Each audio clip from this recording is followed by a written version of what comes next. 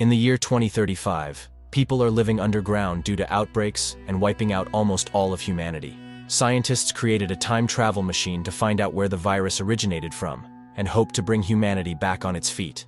Hello, welcome back to I Am Movies. Today we're looking into the 1995 American science fiction thriller film called 12 Monkeys. But before we jump into the details, make sure to show us some love by liking the video and subscribing to the channel. Now, let's get right into it. The movie begins in 2035, introducing James Cole, a prisoner in an underground cell beneath Philadelphia. Cole has been having weird dreams about an airport shooting ever since he was a child, but can't seem to figure out why. However, Cole soon gets selected to go to the surface to gather evidence of living organisms that are still surviving after a viral outbreak that sent humans underground. James Cole steps out to the surface for the first since the outbreak, picking up insects along the way as he scouts the area. Cole completes his mission and soon stands before a panel of scientists, who have now deemed him fit to be sent back in time for a bigger mission. Cole is expected to find the original strain of the virus that wiped out billions of people back in 1996, right before it mutated to help scientists develop a cure in exchange for his release. A group known as the Army of the 12 Monkeys is believed to have the original strain. However, due to a miscalculation, Cole ended up in Baltimore in 1990 instead of 1996 as planned. Subsequently, Baltimore police arrest Cole and lock him up in a cell where he meets Dr. Catherine Rayleigh. Cole, who is now believed to be mentally ill, keeps telling Dr. Rayleigh that he needs to go and gather information, but she doesn't understand his words. However, Dr. Rayleigh thinks Cole looks familiar to her and admits she's probably met him before. Now Cole thinks he's in 1996, but Dr. Rayleigh explains to him that they are in 1990. Later, the Baltimore Police Department moves Cole to a mental hospital where he's incarcerated with other mentally ill patients. In the hospital, Cole meets Jeffrey Goins, a mental with extreme environmentalist and anti-corporate views. Jeffrey shows Cole around and they both become close friends. Shortly after, Cole is interviewed by a panel of psychiatrists alongside Dr. Rayleigh. Cole tries to explain to them that 1990 is in the past, that the virus outbreak of 1996 already happened and that it can't be undone, stating that the 12 Monkeys group will carry a viral attack and will end the lives of 5 billion people. However, the panel finds it hard to believe, but Cole convinces them to allow him to make a phone call for the future. However, a nursing mother unexpectedly receives the call, and Cole is disappointed. Shortly after, he realizes that the voicemail he sent is actually meant to be sent from 1996 and not 1990.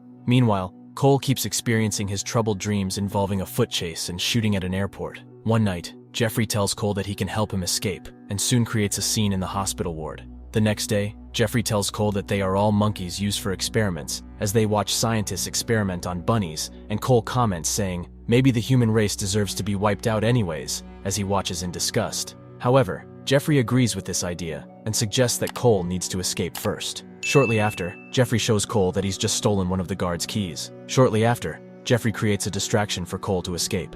Cole gives it a shot, but he later gets caught. Now, after the escape attempt, Cole is sedated and locked in a cell. Shortly after, he disappears and returns to 2035. Cole finds himself in another isolated cell and hears a strange voice speaking to him. Subsequently, Cole sits in front of the panel, and he's made to listen to Dr. Rayleigh's voicemail from 1996 as they question him about how he spent his time. Cole tells them that he didn't go to 1996, but was in 1990 instead. The scientists get disappointed, but proceed to show Cole pictures of people believed to have been involved in the viral outbreak. Cole spots Jeffrey's picture on the slide and tells them that he met Jeffrey at a mental institution. However, the scientist offers Cole a second chance to complete his mission and sends him back to 1996. However, Cole accidentally arrives naked on a battlefield in World War I, where he sees one of his fellow prisoners from the future named Jose, who had also been sent back. Wounded, Jose claims he found a spider that carries antibodies and entrusts Cole with it. However, Cole gets shot in the leg and immediately gets transported to Baltimore in November 1996.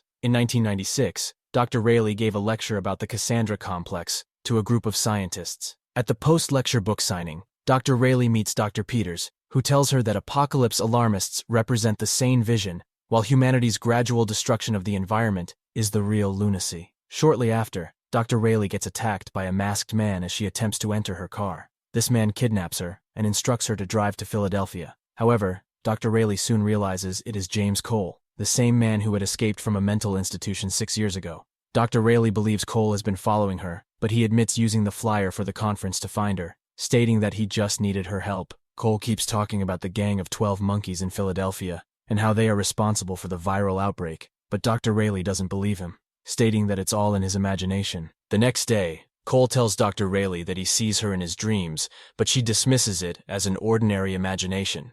Meanwhile, there's news of a missing 9-year-old boy named Ricky Newman, whom the police believe may have been stuck in a drain. At the same time, the police declare Dr. Rayleigh missing and James Cole as the main suspect. Later, as they continue their journey, Cole tells Dr. Rayleigh about his mission to find the 12 monkeys and retrieve the virus in its pure form for scientists to study. However, news of Ricky Newman's disappearance comes up on the radio, and Cole tells Dr. Rayleigh that he remembers being afraid for the boy as a kid, stating that it's a prank and that the boy is hiding in a barn. Soon, Cole spots the sign of the 12 monkeys on a wall and rushes out of the car to prove he's been right all along, but Dr. Rayleigh begins to consider escaping, but later decides to see for herself. Cole drags Dr. Rayleigh along as he follows the signs that lead him inside an abandoned building filled with criminals. 2 of the criminals soon attack them, but Cole eventually kills them and steals their gun. Cole continues to follow the trail, and it leads him to a store where he meets 3 young teenagers. Cole ties them up and begins to question them about what they've been up to.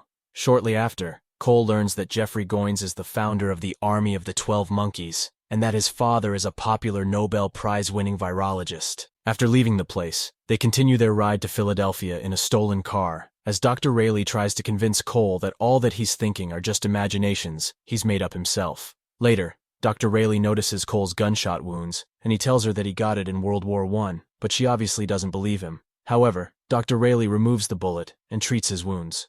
Meanwhile, Jeffrey's father, Dr. Leland Goins, gives a speech in his house, and Jeffrey soon gets notified that a visitor is waiting to see him. Jeffrey immediately denies knowing Cole but soon reconsiders after Cole mentions something about the 12 monkeys. Later, Cole confronts Jeffrey about the mission of the 12 monkeys, but he denies any involvement with the group and says that, in 1990, Cole was the one that made up the idea of wiping out humanity with a virus stolen from his father. Cole angrily grabs Jeffrey and begins to yell at him, stating that they now live under the earth like worm because of what he did. The guards drag Cole away from Jeffrey, but he manages to fight them off and escape into the woods. Cole finally gets back to the car, and Dr. Rayleigh hits him for locking her up. Later, Dr. Rayleigh tries to convince Cole that he's truly suffering from a mental disorder and offers to help him recover.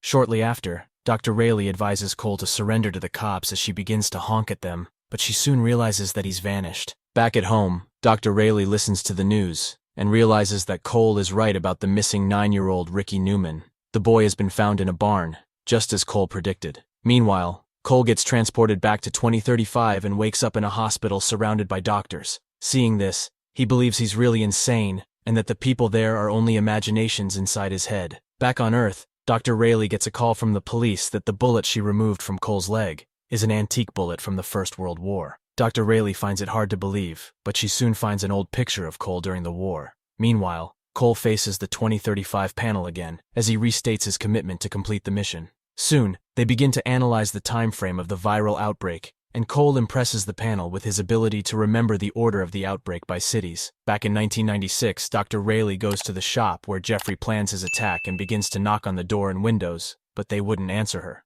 Later, Dr. Rayleigh begins to write a message on the wall to warn people about the virus. However, Dr. Rayleigh later spots Cole in the crowd of people watching her. Cole, however, declares his intention to turn himself into the cops, claiming he now believes he's crazy as Dr. Rayleigh had suggested. Nevertheless, Dr. Rayleigh won't let him surrender. She believes he is sane because of the time travel evidence she now has. After escaping the cops, Cole and Dr. Rayleigh book a hotel where Dr. Rayleigh begins to question Cole about his last disappearance, but Cole says he doesn't remember it.